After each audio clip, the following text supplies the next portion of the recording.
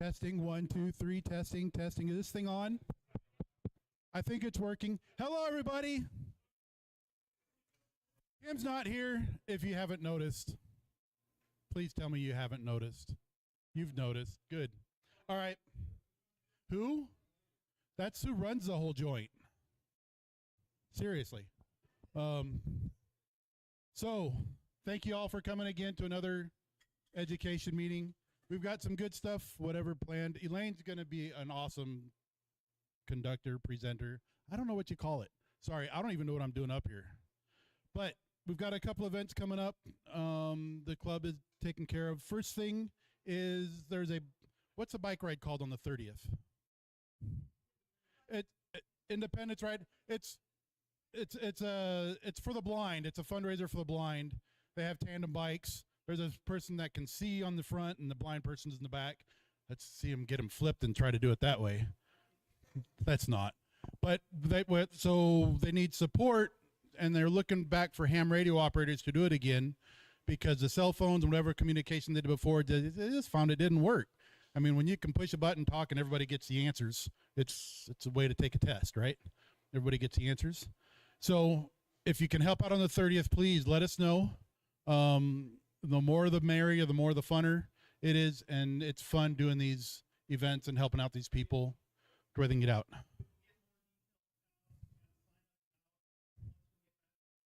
Watch from Ham Club Online. Yeah, if you haven't noticed yet, Ham World starts tomorrow. So we got to sleep and wake up. So they're doing a test and tune tomorrow, where the boats are going to be dialing in their boats tomorrow on the Payette River. Tim Reinerson's looking for some people to be up there tomorrow, just to be similar to what the race is going to be, with watching and doing the safety boat stuff. If you're going to it, if you've been getting the emails, great. If you've been reading them, even better. There's a safety meeting tomorrow at 6 or 7. I don't remember. Yeah, safety meeting at 6 at the Roadhouse in Emmett. The east side of the Roadhouse. I figured just look for all the people with shirts like this. And right. But it's a lot of fun doing all this stuff. We've got 2 days on the Payette, a travel day, a day of racing on Tuesday is racing on the Salmon between Lucille and Whitebird. Then we travel to Lewiston. Thursday is racing on the Snake. Then Friday is a day of travel. Then Saturday and Sunday is racing on the St. Joe up at St. Mary's. And they're just a lot of fun. It's a blast. It's really good. So enough presenting on that one. Be there or we won't like you. Just kidding. So we have the jet boat races, the bike ride on May 30th. That's a Saturday as well. The more that people can help on that, it's more like being part of the swag wagons, but so if somebody get tired, need a break, you might have some way of being able to throw a bike like on a trailer or something like that too, or just be in communications with somebody that does have a vehicle. It really helps out a lot. After that is field day. Friday's the 26th. The actual start is Saturday the 27th through like midday Sunday the 28th. Typically it's around noon, 1 o'clock, and it starts up sometimes noon, 9 o'clock, somewhere in there on Saturdays when the official time starts. We'll have the rules. Read the rules. They're on ARRL. It looks like we'll be up at Tripod again. I know we were trying to find another place. Larry Biederman has that huge tower truck, but we've been trying to see a place where we're balancing distance. Sorry about that.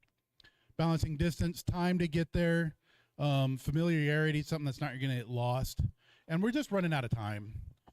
We were looking at probably doing the fairgrounds up at Cascade. That's getting insurance that they require for that, or we just can't afford that. It's just not going to work. So we're gonna if we want to try to use that big tower in the future, let's do some more homework so that we can maybe do it next year. I think that's what we need to do. But if we take too long to get to at this point, it's just too much. We have to make plans so everybody knows where we're going. The what's after this? There is a club meeting in June, isn't there? I don't know what it is. Looking forward to July. There's no club meeting in July because there's some holiday on the 4th. A lot of fireworks, people getting drunk, arrested. None of us, right? Good.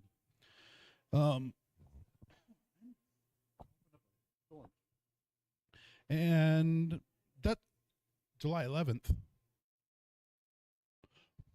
POTA trip, July 11th. That's we've done a couple. It's been last time we did it. It's been a couple years.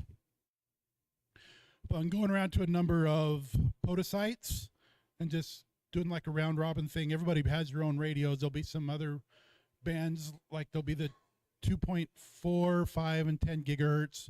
We got a couple of, are they 905s? Can you tell my throat's hurting? That's on the 11th. Probably meeting near Kim and Elaine's house at the Nampa School Districts. That's a corner of Dewey and Canyon. And with that, I'm going to give her the microphone because I'm going to die. How about you shout? Not that cool. Unaffiliated with this club, but radio adjacent, the Intermountain Mesh community is having a mesh meetup on May 13th, right down the street here at SimShot. If you haven't checked out Meshtastic or MeshCore, it's a license-free radio communication system that does text and location sharing. But our current network reaches from just outside of Nampa to Burley with no gaps. And so we've got it plugged into a lot of emergency infrastructure as well. We've got emergency channels and a really active group, and it's been really cool to recruit people from the Mesh group and get them out here and active with amateur radio. But yeah, it's really cool. It's good emergency service, and it's still radio adjacent, so we'd love to have you. All right, and I also want to throw out a quick thank you to Dave Paulson for helping us with our swap meet. I know that was not mentioned tonight. I think it was a really good success, so much so that we're going to try to do it again in the fall. So in October, so just kind of be aware of a date and we'll get it out to you guys as soon as we know. Same place, maybe a little bit time different, just a little bit, because, you know, everybody was gone by noon. All right, how many of you have ever worked in an event? Okay, so about half the room. All right, so tonight we're going to talk about event communications. All right. And so why do you guys think it matters? Why do we have ham radio operators at events? It was not the first year. You know, it is not because we want flat tires. Just saying. It is for safety. It helps the organizers to keep everybody safe. I know I run net control in multiple events, and I know our friend Scott here runs net control at multiple events. It helps coordinate logistics, enables quick response to problems, improves overall efficiency. This was which site? Yeah, the main repeater site for Stand Hope. And as you can see, not all the time do we have repeaters in place. We have to put them in place depending on where we're at. And some years you lose tires. Oh shoot. All right, sorry guys. All right, so real world uses, jet boat races, marathon races, parades, festivals, dirt bike races. Yes, I didn't get it added because it's been a long day. Disaster relief operations, community events. All right, the role of volunteers, they a lot of times need licensed amateur radio licenses. With the jet boat races that are coming up, like Brian was saying, if they did not have ham radio operators or communications on their boats, on the safety boats, their insurance wouldn't cover them. They have to have a way in communications if something were to happen, or they can't be insured. We provide communication support at no cost. We do it. We volunteer. We're crazy, especially this next week. A lot of us are trained in emergency protocols. What do you do when there's an emergency? I'm going to show a picture here of one of the events that we did with Mr. Scott here a few years ago where we had to call out life flight. Things happen, but you have to stay calm and know what you're doing. You work with the event staff. You work with public safety agencies. This World Jet Boat Race, I've been on a lot of these committee meetings, and you don't have any idea of how much they've had to go through to get these World Jet Boat Races coming here. All right, there are sometimes emergency situations. If you can watch this boat, I have the volume turned down, but just watch what this boat does. A friend of mine took this video.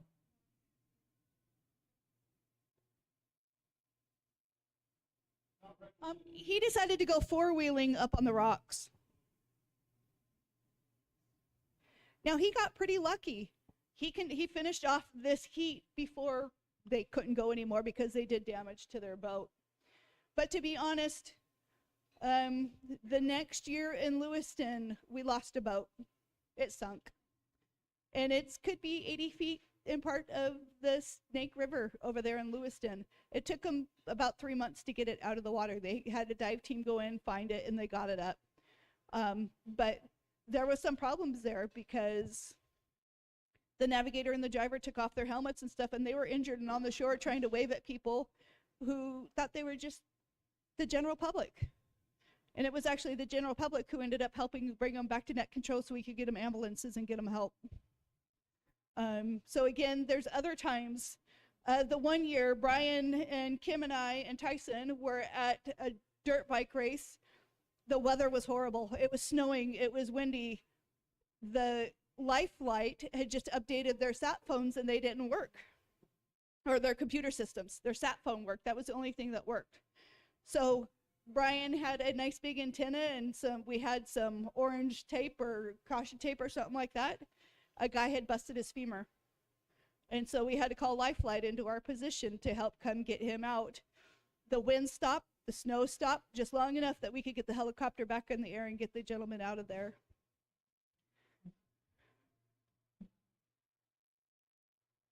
Okay, now we're going to practice. As it is World Jet Boat time, a lot of times when you are in an event and you use a specific repeater or two, this is something I got to teach you, Scott, is you start off with a QST. And you just please ask everybody else to move off that frequency until the race is done because it's there for life safety. Okay. Exactly. And we did, even at Riggins, we had one gentleman, but he was nice. He only got on there once when we were in the middle of our race. That got on once and said something, and it's like, okay, if he continues, I'm going to have to ask him to move off. And then when you're done, you just close it out and just thank the public and you thank the repeater owner and you say it's back for regular frequency. So we are going to do a situation. I gave a bunch of you a number. We're going to pretend we're at the World Jet Boat Races. All right, so I'm going to say, safety boat 1, are you in position? Okay. Safety boat 2, are you in position? Safety boat 3, are you in position? Yeah. Safety boat 4, are you in position? Safety boat 4 in position. Safety boat, see. He did it right. He called his call sign. Safety boat 5, are you in position? Shore position 8, are you in position? 8 must not be in position or he can't hear me because he's just sitting there quietly. I got my eyes on you. That could be too. Safety boat, what was the other one, 11? Huh? 11, there we go. Or shore position 11, are you in position? Shore position 11 is in position.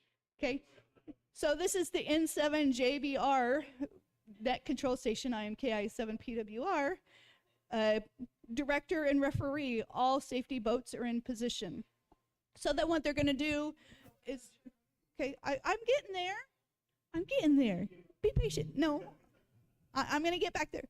But and that's the thing is if I don't hear from him, I'm going to say, okay, I have everybody but. Safety Boat 8. And I'm going to say some things. Thank you. We appreciate your help. You know, this is going to be a great race, whatever. Then I'm going to go back. Safety Boat or shore position 8. Are you in position? Okay. And sometimes we do. Sometimes people have their volume turned down. Sometimes if a safety boat is underway, they can't hear you. Now, they're supposed to be in position like 45 minutes before the race starts. Yeah, that could be too. Okay. So then the next thing we would do is we would start finish. There's two obviously start finish lines. The referee will come in and call out the boat numbers. So they're going to say net control, this is the referee. We are going to have boat number, and then they would give them in an order. Our friend John here has been working very hard with Steve and Kim and Brian and everybody to create an amazing app. So I'm going to let you turn it over to your computer, and then we are going to run a mock situation. Yeah. It's that one.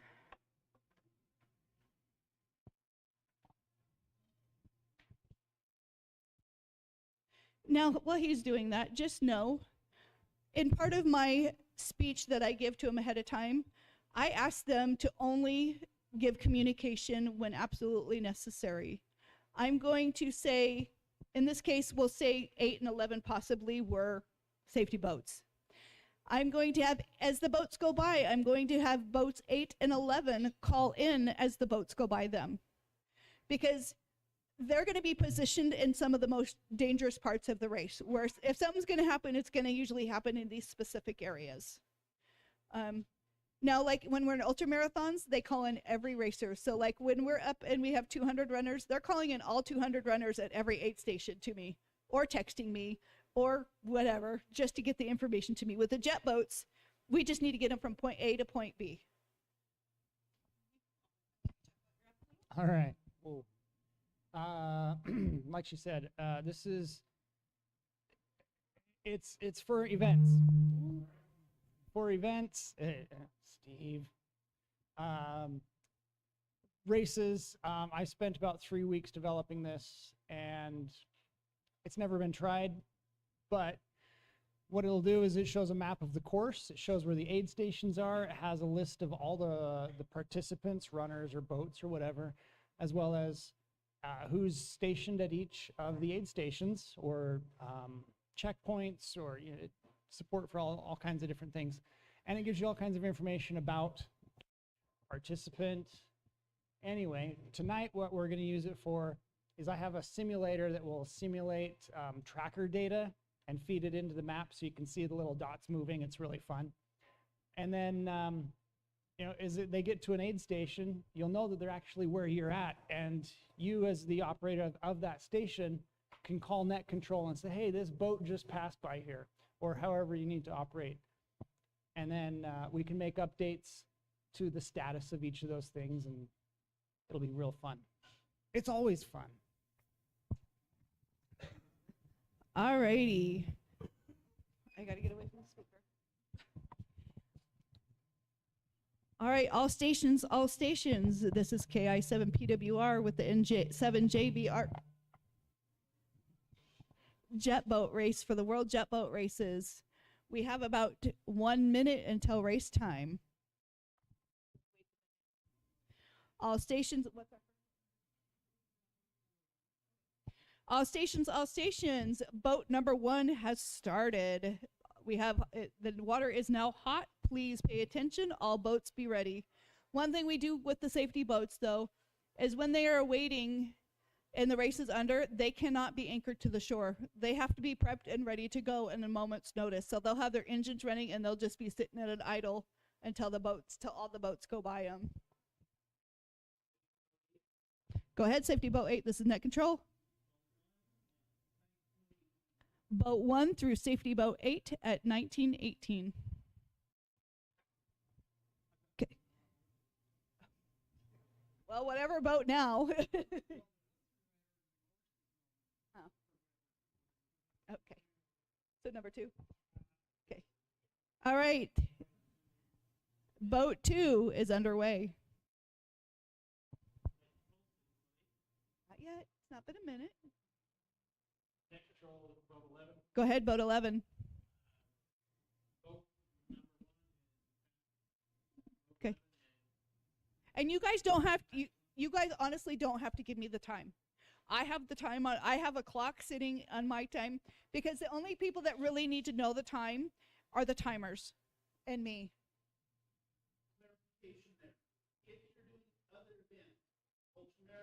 Correct. Yes.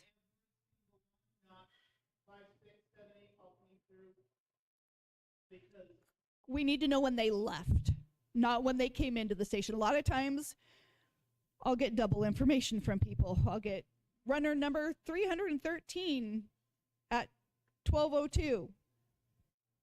20 minutes later, number 313. Wait a minute, I already have 313. Did they come back? Did they, because again, it's for life safety. And in these ultra marathons where they're running 100 miles in 40 hours, things happen. They run in the middle of the night. It gets cold. We've had lost runners before. We had one that ended up on Warren Wagon Road in McCall with frostbite. And he got enough information to his wife that actually there was a ham radio operator in McCall that knew where that location was, and we were able to find him. Go ahead, Mike. Boat 3 has started. Oh, safety boat 3.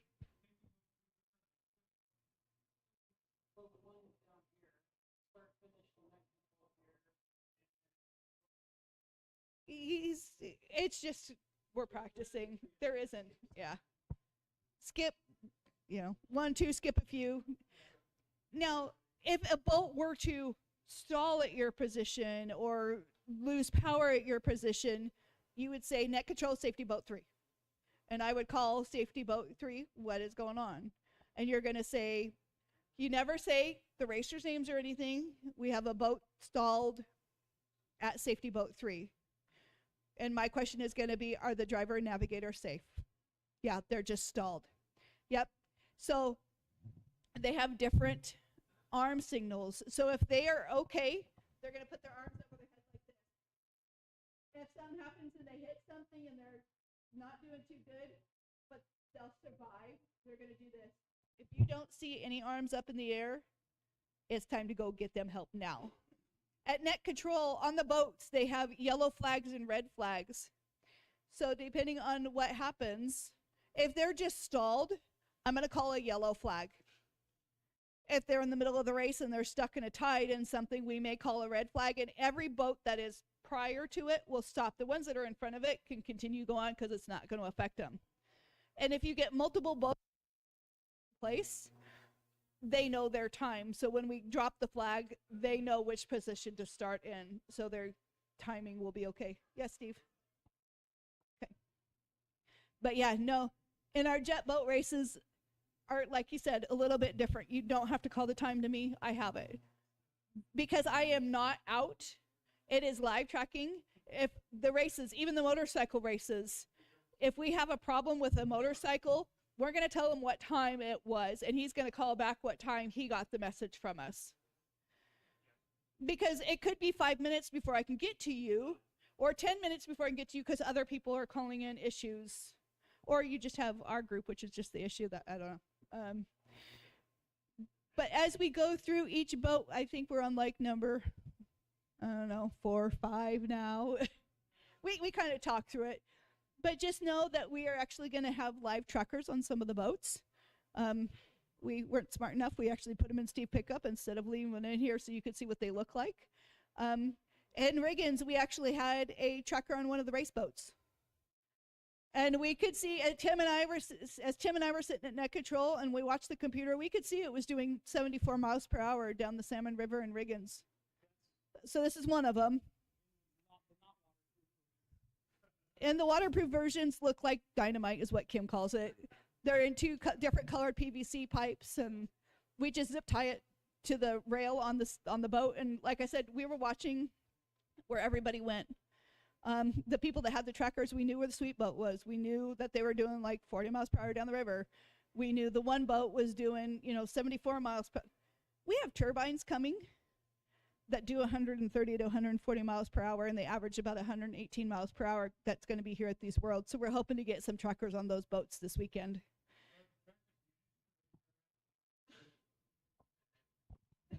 Well, Steve's really the expert, but they're APRS. Yes and no. My favorite answers people like to say. They are using the same hardware as Meshtastic and MeshCore on the 433 band or the UHF band, but they are using the APRS protocol tying back into APRS.FI. So over the week, while boats are live, the N7JBR call sign, if you search for it, you're going to see all the boats traffic. We're using tactical call signs for each boat, and all the aids, the positions that'll have trackers. Way that's done in APRS is those are objects. So each tracker will transmit saying, I've got an object at this location, and that object will move as it goes down. We're hoping for at speed, which is above 63 miles an hour, somewhere around there, about a 10-second refresh rate on them.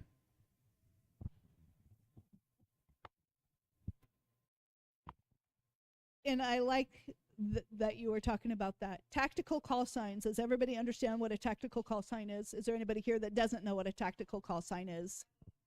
Okay. A tactical call sign is a specified station name. So in our safety boats, it's going to be safety boat 1. You guys would be safety boat 1. So whenever I call, I'm not calling Brenda or Stacy. I'm calling safety boat 1. Now, either one of you can answer. So I'm unfortunately going to use your organization. It was before your time. I was finish line to a race multiple years ago. And something came up, and I was asked to help the director of the race do some things. And so my husband, who was with me, was answering them. But because they were using our call signs and he didn't use my call sign, they wouldn't answer him. So the importance of finish line, any ham radio operator that knows what they're doing could answer, this is finish line, go ahead, and they could answer. Yeah, that was kind of a nightmare situation. So the reason for the tactical call signs, even if you're like at a parade, corner of, Main and 11th, you can just say 11th because multiple operators maybe the parade's going down Main. You're just going to say 11th. Okay, we've got a problem at 11th. We need the police here. We know that that's Main and 11th. So the other thing is, again, use your call sign at 10 minutes or at the end of conversations. During the middle of the race, just do the best you can. Safety boat 8, safety boat 11, you don't have to use your call sign every time you're telling me because I know I'm going to hear from you again.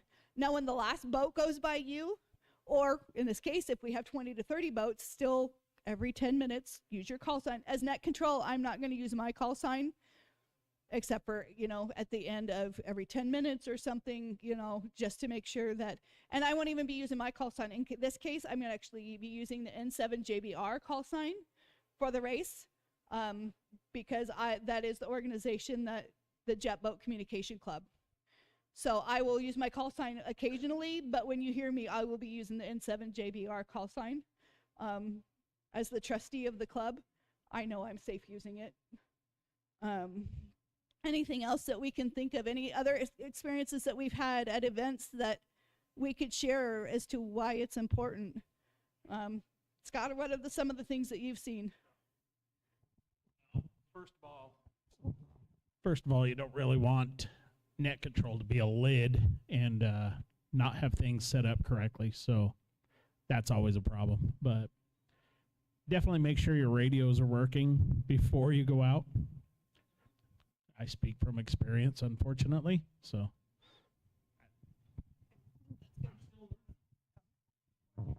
And another thing, have paper and a pencil with you.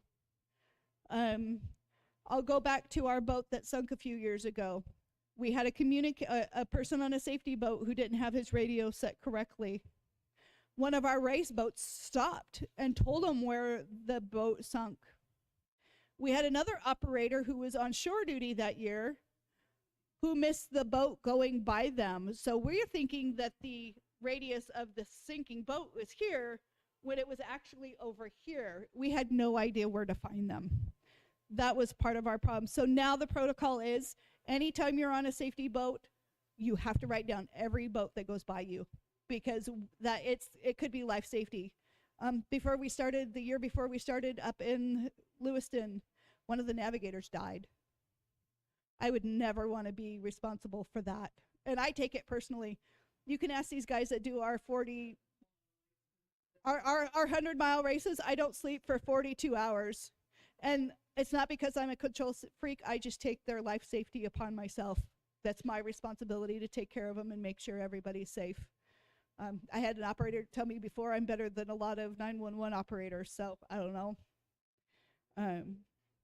I love doing it. They say you'll love either being net controller or you'll hate it, and I've loved it since the first time I did it, and I've done it ever since.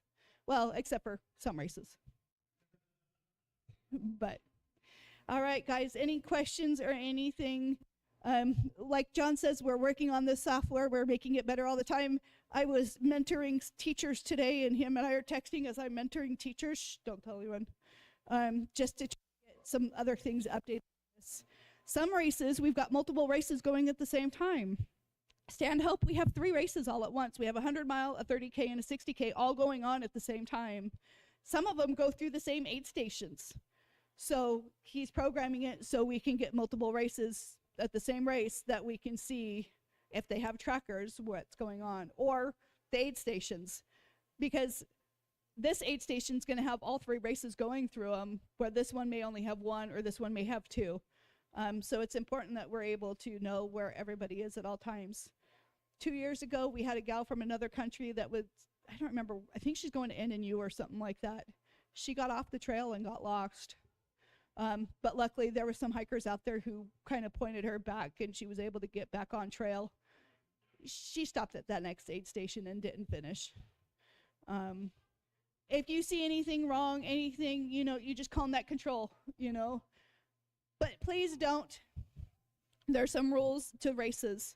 Know the rules ahead of time. With jet boats, they either have to be 50 feet back from shore or 36 inches high, on a rock or something like that. The biggest problem is in Riggins, where the little salmon meets the big salmon. The boat operators across the confluence will say, there's people on the shore, there's people on the shore. Well, guess who has to walk out of the building, down the hill, to go check on people, except for this year because I had extra operators in there. But every year I'm huffing and puffing as I'm trying to call the boats as they go by, only to find out they're sitting on the little salmon. They're not even anywhere near the big salmon. So know the rules, kind of pay attention to what they are if you know. And if you don't know, please ask before the race begins, not in the middle of the race. We do have operators who like to talk. How many of you like to talk? Sure, I believe that. Okay, we got one. I have an operator who ended up getting kicked off a race because they were speaking too much. Again, also know the race rules. Again, before my time, they had a safety boat ham radio operator who turned a boat around during the live race and had them going upstream towards the boats coming towards them. That ham radio operator never came back again, just so y'all know. We had one in Riggins that we had to kick off the race, and she won't be allowed back at races either because some of the things that she did. So again, just be smart. Keep everybody safe. Yes, Steve.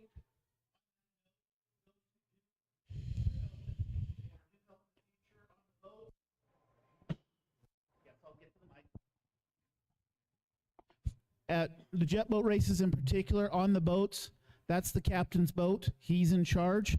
And we don't go on or off the boats without permission and speaking with them first. When we attach antennas, we ask them, get clearance. A lot of these boats are not cheap.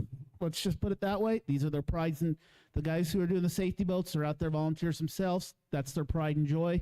So we give them the utmost respect when getting on and off them. On the same note, these are some of the nicest people you'll meet.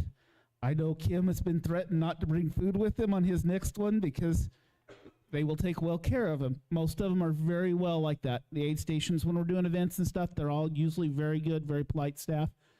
They reciprocate what you give them.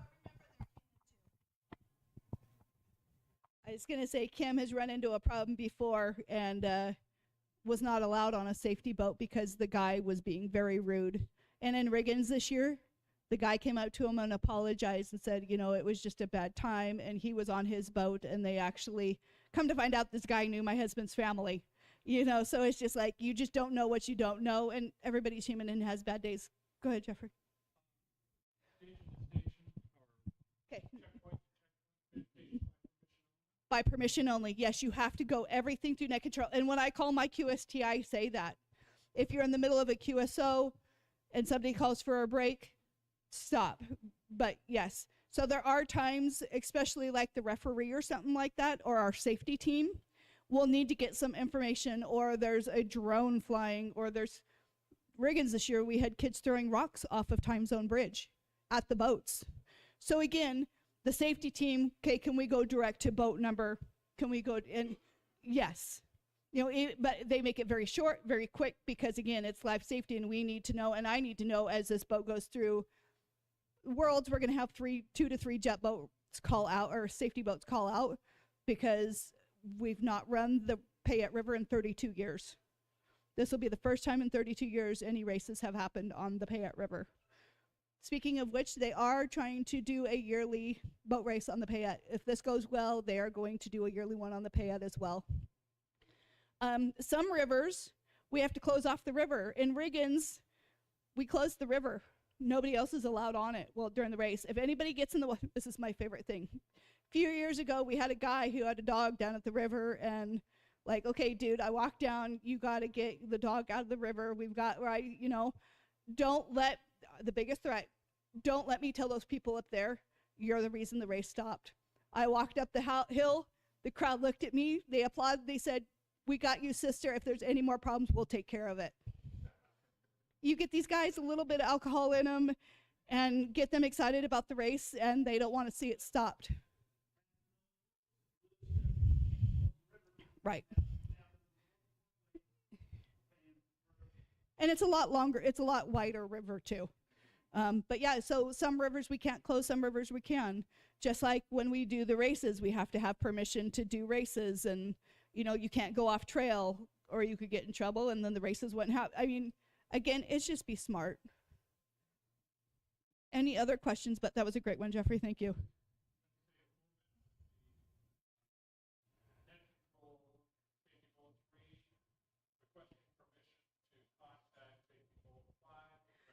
That would not happen during, while their boats are on the water, unless there's an emergency. That will only happen between heats. So the only time if they're, okay, I will say wait till the heat is over unless there's an emergency, because again, life safety comes first. And a lot of times the guys just want to BS, and I'm like, no, you, and I have to. No, you have to wait till between heats. Now,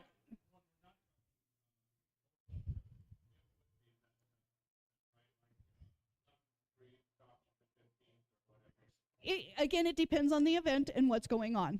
During a parade, yes, if you need to talk to somebody, because somebody in this Ford, we'll use the Emmett Cruise Night, somebody in a newer Ford pickup went on to the race. Okay, 12th, this is 11th. No, there is a Ford that's not older than 19, whatever the year is now, because it's like 30 some odd years older or older. You know, be unaware. So they're aware, so they can try to get that off. So again, it depends on the event. So, but yeah, during live races like the jet boat, and a lot of times during the ultra marathons, an operator may need to talk to another operator, but there may be hours before I hear from, you know, Louis Lake or Duck Lake or wherever we are. Okay, go ahead. You know, just make it quick. So if anybody needs to get a hold of me, go ahead. So I do that. I do that about half an hour. The boats are supposed. We're going to go back to the boats again. The boats are supposed to be in position at least 45 minutes before the race. Out of half an hour, I'm calling it just like I did. Safety boat 1, safety boat 2, and I'm doing that also with all the shore positions. Lightning bar start finish, bear bar start finish. I'm making sure absolutely everybody's in position before that race begins. And then the hot pits will call me and say, "Okay, racers are on the water." So, you know, okay, we've got 15 minutes till start time. Racers are on the water. Everybody start kind of paying attention, be aware. And then, you know, What was that? Yeah, because we test it beforehand. And if we don't hear from a safety boat, we have one of the other safety boats go figure it out, especially since we lost the one in Lewiston. Here's what happened. In Lewiston, we used 2 repeaters. I crossband as net control into it. This start finish told this guy that he needed to be on this repeater. When he was far enough down the river, he should have been on the other repeater. We had no communications with him at all during the race.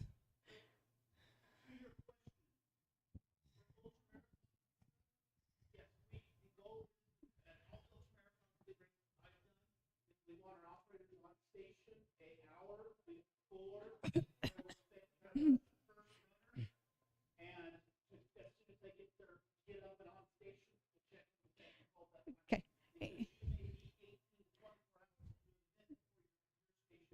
Right. And if we don't hear from you, we send out our rowers. Lane, you want to talk about Stand Hope last year and what happened with our runner? Which one? The one that got lost? Oh. So, following the important schedule, when you're supposed to be at your aid station, I'm usually early because I have to hike 6 or 7 miles back into this one. So I hiked up, and I thought I was leaving late, and I get up there. I don't see anyone, no aid station crew. I set down my pack, and I see this guy bounding up the hill. The first runner was 2.5 hours early for the aid station. He beat everyone at the aid station, and I asked him, like, dude, are you okay? Do you need water? Do you need food? Do you need anything? He's like, oh, I'm good, and he just kept going. So sometimes you better be ready because they come.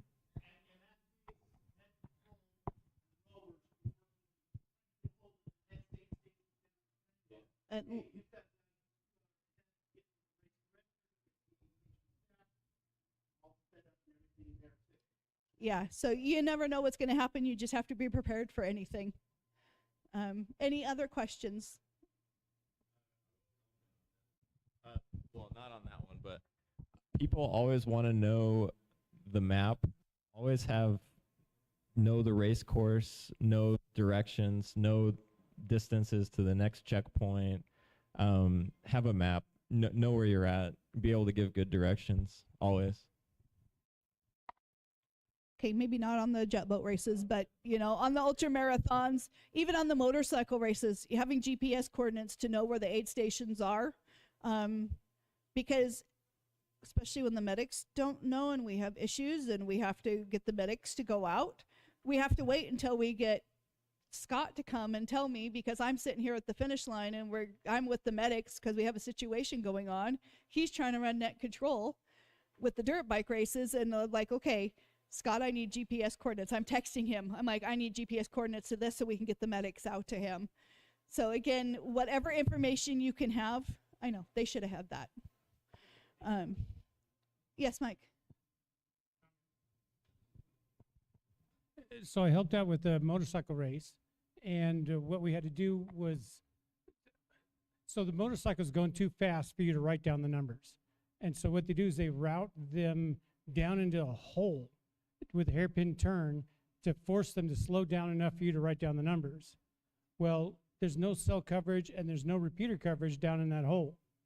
So you got to have a truck with a crossband repeat set up for the repeater, and then a handheld that you can talk to your truck, bounce it off the repeater, and then get back. So do that like 3 weeks ahead of time, so you're not trying to figure it out right there at the race.